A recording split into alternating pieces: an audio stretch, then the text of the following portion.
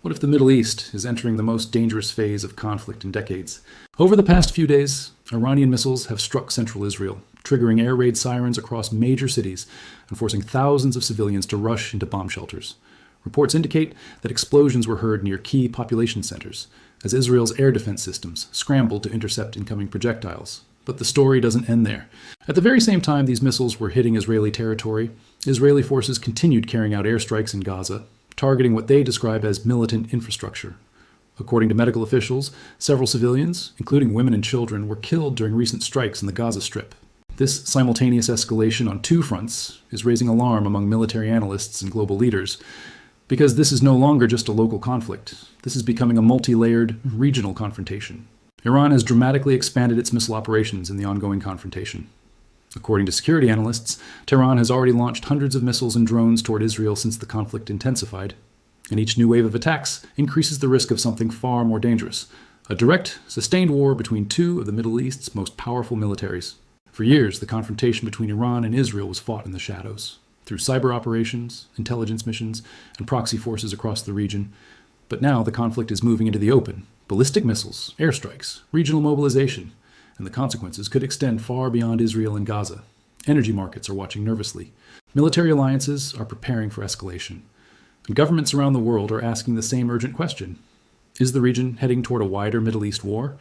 Because when missiles begin striking major cities, and retaliatory airstrikes continue simultaneously, the risk of escalation grows dramatically. And the most concerning part? Military experts say the current cycle of attacks could be only the beginning. To understand why Iranian missiles are now striking central Israel, we need to examine the military strategy behind these attacks. Because these launches are not random. They are part of a carefully developed doctrine that Iran has spent more than 2 decades building. Iran's military planners understand one critical reality: Israel possesses one of the most advanced air defense networks in the world. This layered system includes Iron Dome for short-range rockets, David's Sling for medium-range threats, Arrow missile systems designed to intercept long-range ballistic missiles. Together, these systems form a multi-layer defensive shield designed to protect Israeli cities and infrastructure. But Iran's strategy focuses on a simple principle used in modern missile warfare: overload the defense.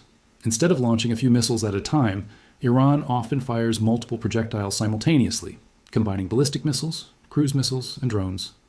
This creates what military analysts call a saturation attack. The goal is not necessarily to guarantee that every missile hits its target. The goal is to force the defender to fire as many interceptors as possible.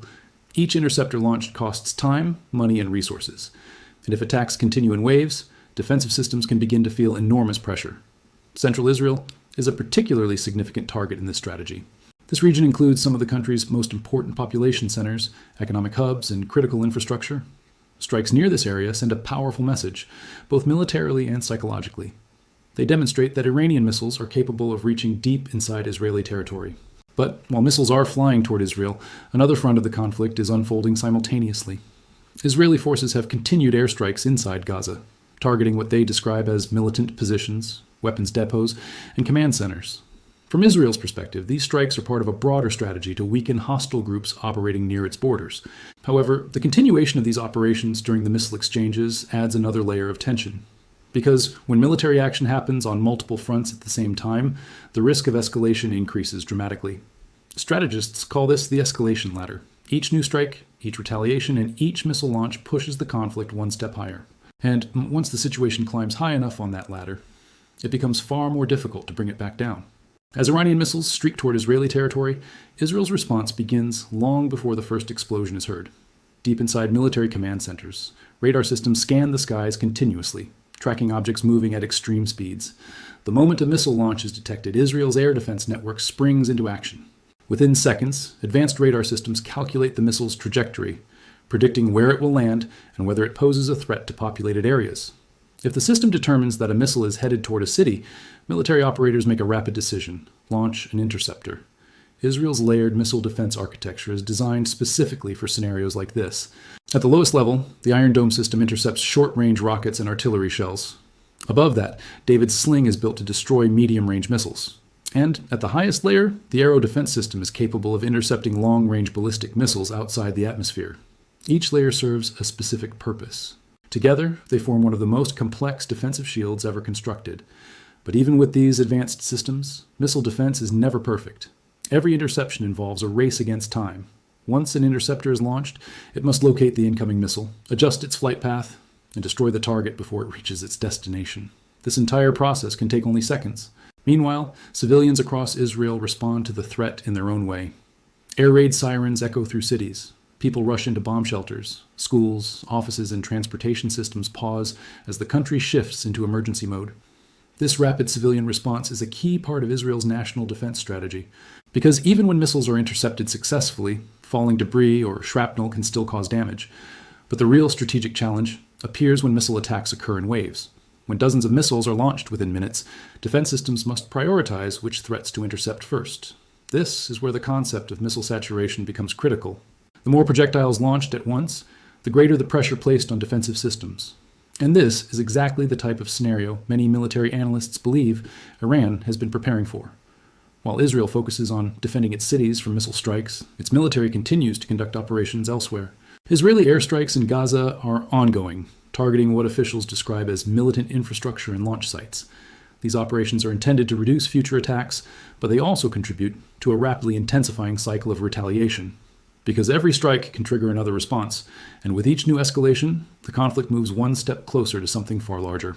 As missiles strike central Israel and Israeli airstrikes continue in Gaza, the ripple effects are being felt far beyond the immediate battlefield. Across the Middle East, governments and military planners are watching the situation with growing concern. Because conflicts in this region rarely remain isolated, they tend to expand through alliances, rivalries, and strategic interests. And the current escalation between Israel and Iran risks pulling additional actors into the crisis. Iran has long maintained a network of allied groups across the region, often referred to by analysts as the axis of resistance. These groups operate in several countries and possess significant missile and rocket capabilities of their own.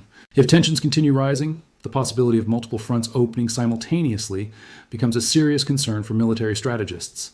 Instead of a single battlefield, Israel could face threats from several directions at once. That scenario would dramatically increase the pressure on Israel's military and defensive systems. At the same time, global powers are closely monitoring the escalation. The United States maintains a strong military presence in the region and has repeatedly emphasized its commitment to Israel's security. American naval forces and missile defense assets positioned in nearby waters play an important role in monitoring missile launches and regional activity. Meanwhile, European governments are urging restraint from all sides, warning that a broader war could destabilize the entire region. The stakes are not only military, they are also economic.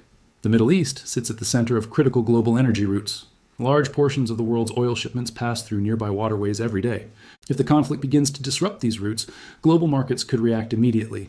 Energy prices could surge, shipping routes could become riskier, and financial markets worldwide could experience sudden volatility. This is why security analysts increasingly describe the situation as a regional pressure point. Each missile launch and each retaliatory strike increases uncertainty. And uncertainty in geopolitics can quickly spread beyond borders. But there's another factor that makes the current moment particularly dangerous: time. Conflicts that escalate rapidly often move faster than diplomacy can respond.